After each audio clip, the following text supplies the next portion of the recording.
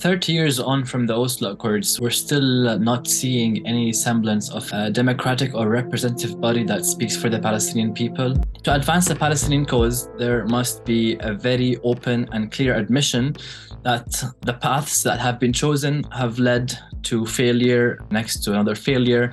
There needs to be an openness to new voices, to new engagement from Palestinian actors from all around the world. This will come through a Palestinian popular movement. We need to innovate and we need to move beyond the old frameworks that have left us in this trap, the trap of the Oslo Accords.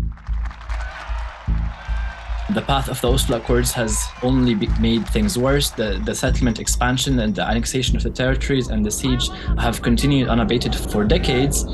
And we need to openly admit and openly recognize that this had failed. The PA needs to admit that this failure had actually took place in order for us to look for alternatives before it is too late.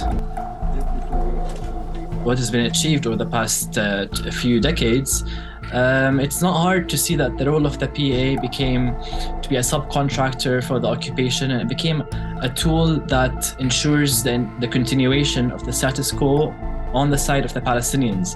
I've grown up with this in mind and seeing the reality around me. And so what we're ending up with today is we are 30 years into Oslo Accords. We're way further than any prospect of a Palestinian state actually happening, because the number of settlers increased 3 times since then. The number of settlements, the number of facts on the ground Israel is creating, the fragmentation of the West Bank, the fragmentation and isolation of East Jerusalem from the rest of the West Bank territory, and the lethal and killer siege on the Gaza Strip that's lasted for over 14 years.